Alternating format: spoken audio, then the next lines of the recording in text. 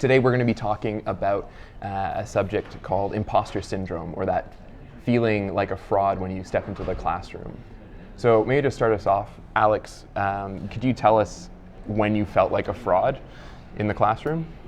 Yeah, there was a recent teaching context where I was teaching a new course for the first time, and I had never taught that material before. It was brand new to me, and and it was in the summer, so it was a condensed course, and there were multiple classes a week. And I basically was reading the articles for the class a day or two in advance of the class, just like the students at the last minute, and then I had to get up in the class, talk about it as if I was an expert, when in reality I was basically learning the material with the students, and I hadn't really even been exposed to the articles before, a few days in advance of the class. Yeah, I can imagine it's very easy to feel like an imposter when you're really no better off than the students. Completely, yeah. Joel, how about you? Do you have any examples of when you felt like a complete fraud in front of your students? Oh, completely. I remember the first time I was teaching my own course. I had designed this survey course in my field, which is Renaissance literature.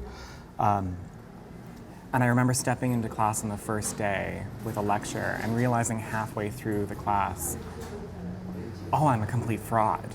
Like, why are they writing notes? Why are they writing what I'm saying? Like, what do I know about these texts that I'm teaching for the first time that are texts that I decided to assign because they're the texts you should read to know my field that I wasn't even quite familiar with, or that I was teaching because I thought, oh, this will be an opportunity for me to learn them. And I just had that sheer moment of panic, or that moment of sheer panic rather, that I don't know what I'm saying. And how many years had you been teaching prior to this class? I was, by this point, this was my 6th or 7th year with TA experience. So teaching was not new to me. So, question I want to put to you guys, so with this idea of feeling like a fraud in front of the class, that can cover a whole gamut of the activities that happen in the class. But are there any areas that are particularly challenging when it comes to imposter syndrome and teaching? Yeah, teaching new material, I think, is something we encounter a lot as TAs and as instructors. Often we're TAing courses we're not super familiar with, or we're not given time to go to the lectures, or even sometimes read the material, and we're just sort of expected to walk into the classroom and talk about a subject that isn't our primary area of interest. So I think in that situation, anybody would feel sort of this panic about, I don't know this material, how do I teach it? Joel, how about you? Any challenges that you have encountered in feeling like an imposter, or any areas of teaching that are particularly challenging or hot points for being an imposter? I think the most obvious one for me would be when students ask me a question that either I've forgotten completely what the answer is, or I just don't know. I teach a historical period in literary studies, so I've had students ask me obscure questions, including, well, did Queen Elizabeth ever go to any of Shakespeare's plays? And the first time I was teaching a Shakespeare class, I had this moment of panic because I couldn't recall the answer. There is one. She did or she didn't? She didn't, that we know of. But they've all watched Shakespeare in Love, so they have this imagination that, the Queen might have, or something.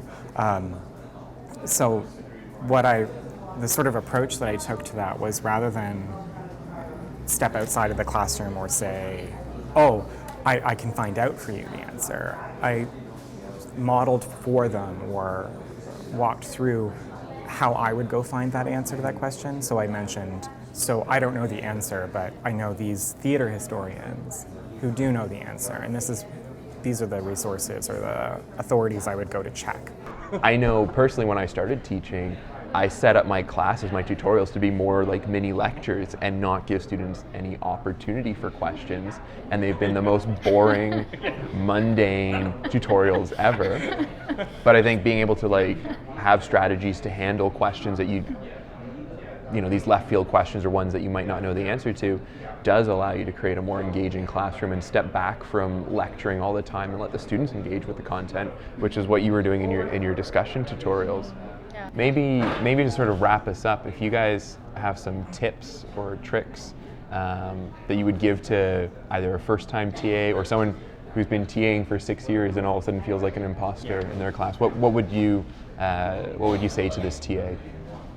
To not feel like there's necessarily such a thing as a good teacher and a bad teacher, and that those are predetermined and innate qualities, and some people are just really good at it and some people are not so good at it, and you can't do anything about that. I think you can work on it like a practice, and it can be something that you are constantly improving, so there's never one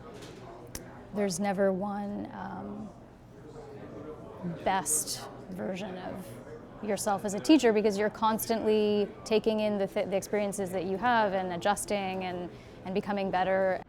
Joel, what would your tip be? Not getting distracted by comparing yourself to everyone else around you, but just by comparing yourself to your own development as a teacher, that you're trying to improve, and that I think that it can't not produce improvement in some ways. Like, I feel like that's the lesson that so many of these teaching conversations end on is try something out, see how it goes for you, because what works for you might not work for someone else, or what doesn't work for you might work for someone else, and vice versa. Yeah, which is not to say that you can't take tips from other teachers, or you can't look at what other people are doing and say, oh, I've never tried that, I wonder if that would work for me. It's not to say that you can't compare yourself. I mean, that's not really comparing yourself. It's not that you can't, borrow ideas from other people and apply them to your own teaching and see if it works, but comparing yourself in that negative way where you're sort of like, well, I'm missing that. Like, I'm not that extroverted. I could never be like that. I could never perform like that teacher. That part I think is the negative part, but you can positively compare methods with other teachers, and you can take little bits and try them out in your own way. And understanding also that I've tried group participation things that have utterly failed, that have bombed completely, but then they'll succeed and with flying colors the next day or with another group of students. That understanding that it's not just you that's improving, but it's also you're always dealing with a different group of students in the classroom. One final question for you guys. As teachers, do you think you will ever get rid of this feeling of being an imposter in front of your students? No. No, Never. No, I mean, no. I mean, I think it'll always be there a little bit, but you can manage it, and you can remind yourself strategically, that you can remind yourself that you're not perfect. You're not expected to be perfect teacher.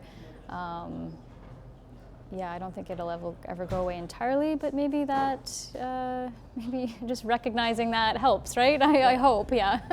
Like, I can recognize now when I go into a class and I know the lesson I've designed isn't working the way I'd imagined in my hopes and dreams. It isn't following that idealistic vision I had in my brain. But I'm better able to set that aside and go, you know what? It might have just been an okay class that day. It probably wasn't a complete failure. Because even if I think it was a complete failure, there's a good chance that students actually did find it helpful, that it worked for some of my students. So if there's a day where I feel like an imposter, there's also probably 20 days where they feel like they're imposters. I think this is a common experience that we can use to actually connect with our students in some ways, like that we too learn and improve in the way our students are trying to do. Okay, well, thank you, Alex and Joel, for joining us today on TATP Talks. For more information on imposter syndrome and resources to help you with it, do check the links in the description below. And that's it from me. Thank you.